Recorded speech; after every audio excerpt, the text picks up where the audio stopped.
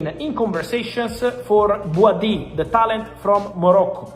Man City made contact with people closer to the player already some time ago. The idea, according to my information, would be, let's try to sign the player now for summer 2027. So let the player stay at Lille one more season and then eventually trying to work on this system, this structure of the deal. Arsenal had meetings, many clubs are keen, Paris Saint-Germain keep following the player, but why Paris Saint-Germain are not closing for one of the best talents in the French league?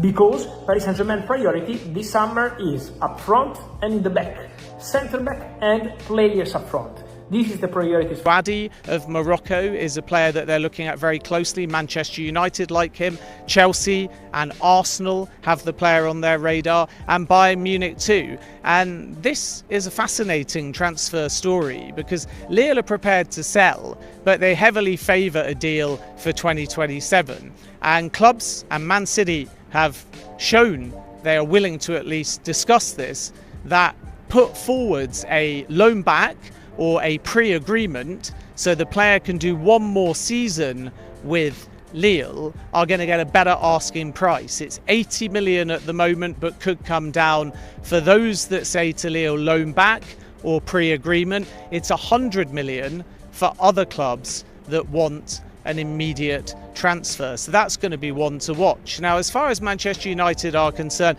Alex Scott was always another leading target too. Arsenal are there, Tottenham if they don't get Sandro Tonali, Chelsea ones to watch as well. And Alex Scott has just returned from training with England and will now start formal talks with Bournemouth over a potential new deal. At the end of the season, Bournemouth were very optimistic that Scott would stay, and for their part that stance hasn't changed, and some of the confidence that Scott might stay is down to the fact that Thiago Pinto is prepared to put at least one release clause into the contract of Alex Scott to keep him for that extra season. It may be like Antoine Semenyo with a release clause offered in January and then it depreciates by about 5 million in the summer.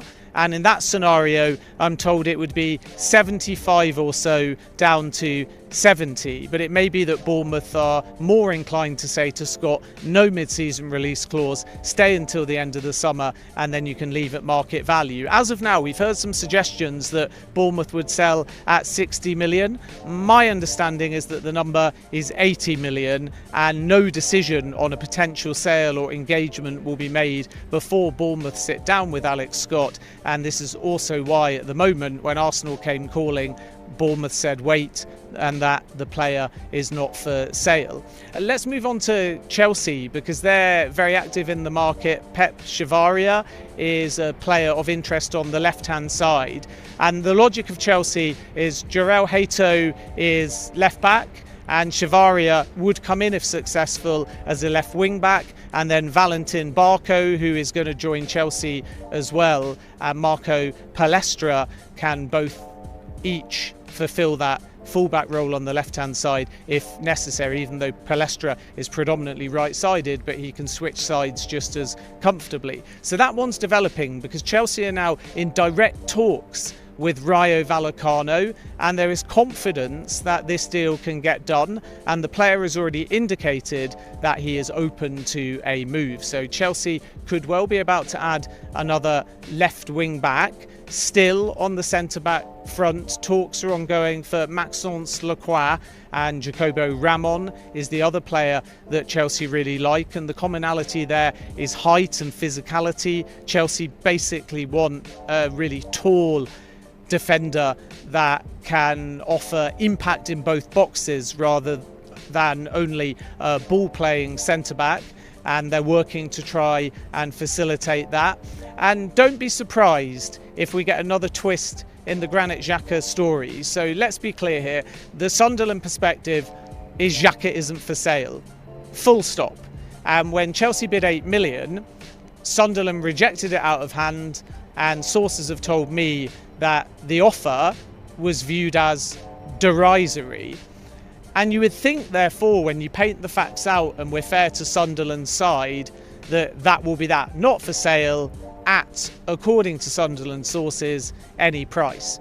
But I point you to the fact that when Granit Xhaka was at Leverkusen said not for sale at any price. And Xhaka really forced his move to Sunderland last summer, and what a signing he has been for the Black Cats. So Chelsea will be encouraged that they've got this player buy-in, and we have to wait and see therefore whether Sunderland's stance softens.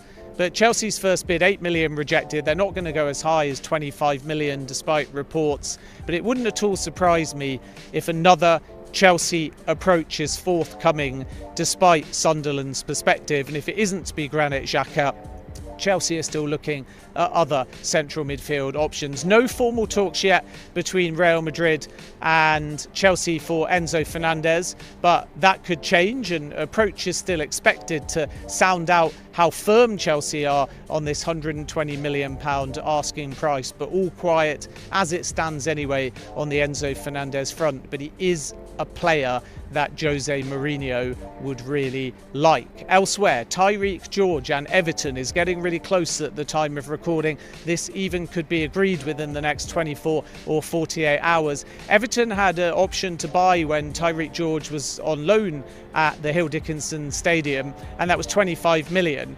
Now, having decided that they're not going to trigger it, Everton are trying to negotiate a lower fee with Chelsea. They are in advanced talks, and the deal is not that far off.